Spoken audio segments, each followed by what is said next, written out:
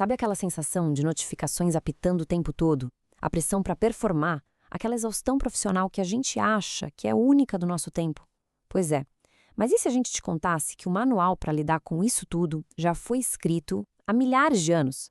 Pois é, a gente vai mergulhar fundo nisso hoje, com base na obra O Analista, de Fábio Ferreira. E a proposta dele é bem radical, viu? É olhar para os profetas da Bíblia não como aquelas figuras perfeitas, sabe? Mas como pacientes. Isso mesmo, pacientes numa espécie de sessão de análise. Então, para a gente entender bem essa ideia, precisamos alinhar dois termos aqui. Primeiro, o analista. Pensa nele como uma presença que guia, sabe? Uma força que provoca a gente a se descobrir. E o segundo é o analisando.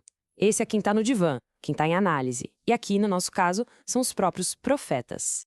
Vamos dar uma olhada no nosso roteiro de hoje?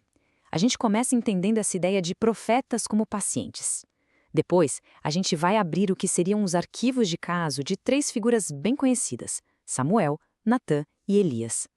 Cada um deles vai nos mostrar um tipo de clínica diferente: a da escuta, a do confronto e, olha só, a do burnout. E no final, a gente vai ver como tudo isso vira um espelho para a nossa própria vida. Então, vamos lá. Primeira sessão. Profetas como pacientes. A grande questão aqui é: como é que eles conseguiam sustentar o desejo numa época de total alienação? Para entender o contexto, é legal saber que esse estudo é, na verdade, a peça final de uma trilogia. O autor fez uma análise psicanalítica que começa lá em Gênesis, falando da origem, passa pelo Êxodo, que é sobre a libertação, e aí chega nos Profetas, onde o grande desafio é perseverar. É tudo sobre isso. Como sustentar o desejo quando as coisas ficam difíceis. Bom, então vamos abrir nosso primeiro arquivo de caso. Vamos começar com Samuel e o que o autor chama de a clínica da escuta. Essa frase resume perfeitamente a história dele, né? Fala porque o teu servo ouve. Só que chegar nesse ponto de clareza, nessa escuta tão pura, olha, foi uma luta interna gigantesca para ele. E é aqui que a coisa fica genial, porque o dilema dele espelha o nosso. Perfeitamente. Pensa só. Samuel, mesmo no silêncio total de um templo, confundia a voz que o chamava com a do mestre dele, o Eli. Isso só familiar? Pois é o que a gente faz todo dia. A gente confunde o barulho digital, os algoritmos, as notificações, a opinião dos outros, com a voz do nosso desejo de verdade. O ponto central aqui, olhando pela lente da psicanálise, é que a história de Samuel é um caso clássico de resistência. A gente corre para autoridades que já conhece, para aquilo que é familiar, justamente para evitar o chamado do nosso inconsciente, para evitar aquilo que de fato desestabiliza, mas que também nos move de verdade. Agora a gente sai da escuta interna e vai para um outro campo, o da confrontação externa. É o segundo caso, Natã e a clínica da confrontação.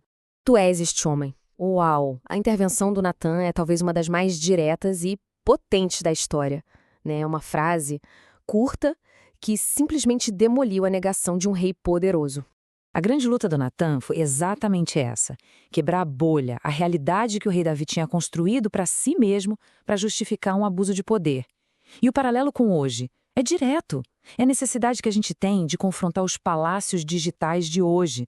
Sabe, aquelas narrativas super bem construídas, seja de empresas, de políticos ou até as nossas próprias, né, nas redes sociais, que muitas vezes escondem umas verdades bem complicadas. E a forma como ele fez isso é genial. Natã não chegou acusando o rei na cara dura, não. Ele usou uma parábola, ele contou uma história. Para quê? Para driblar as defesas do rei. E essa é uma técnica clínica clássica. Você faz o sujeito se enxergar na história, se reconhecer ali antes que ele tenha tempo de levantar todos os muros da racionalização. E isso nos leva direto para o nosso último arquivo de caso.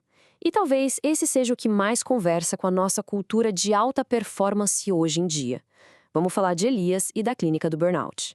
Para entender o Elias, a gente precisa olhar para os extremos dele. De um lado, ele era o profeta do espetáculo, do fogo, do poder. Mas essa citação aí não é dele, é da viúva que o ajudou. E ela revela o outro lado da moeda, a escassez total, o desespero de quem está se preparando para morrer de fome. E aí está a analogia perfeita com os nossos tempos. A vida de Elias era essa gangorra brutal, sabe? Entre o espetáculo público, tipo o que ele fez no Monte Carmelo, e o desespero total e privado, sozinho no deserto, a ponto de pedir para morrer. É ou não é o ciclo do burnout que a gente conhece também? Uma performance pública intensa, cheia de energia, seguida por uma exaustão privada que simplesmente devasta a gente. E o ponto aqui é super importante. O colapso do Elias não é só tristeza. Não. A psicanálise chama isso de pulsão de morte. É um conceito que fala sobre um impulso de autoaniquilação que, olha que louco, pode aparecer justamente depois de um grande sucesso, de uma grande vitória. É como se o propósito se esvaziasse e não sobrasse mais nada. Beleza. Agora que a gente viu esses 3 casos, vamos juntar as peças e olhar para o nosso próprio espelho clínico. Então, o que a gente pode tirar de prático disso tudo? Dá para pensar num caminho de 3 passos. O primeiro, inspirado em Samuel, praticar a escuta, ou seja, criar silêncio de propósito para conseguir separar o que é desejo nosso de verdade e o que é só ruído de fora. O segundo passo vem de Natan, confrontar a nossa própria narrativa. Se perguntar, peraí, que história eu estou me contando para justificar minhas atitudes ou para fugir de uma verdade difícil? E por fim, o terceiro passo, com Elias, integrar a vulnerabilidade. É reconhecer que existe uma distância entre a nossa performance pública e como a gente está de verdade por dentro. E uma coisa precisa ficar muito clara. Esses profetas não eram heróis perfeitos, idealizados, de jeito nenhum. O autor os chama de analisandos em processo. O grande valor das histórias deles não está na perfeição, mas justamente nas suas falhas, nas suas lutas. Elas mostram pra gente que esse caminho de se entender nunca é uma linha reta. E olha, o próprio autor resume a intenção dele de um jeito brilhante com essa citação. A ideia é que o livro funcione como um espelho clínico, onde cada capítulo faz a gente refletir sobre a nossa própria vida. É sobre se enxergar nessas histórias de milhares de anos atrás. E tudo isso nos leva a uma pergunta final, talvez a mais importante de todas.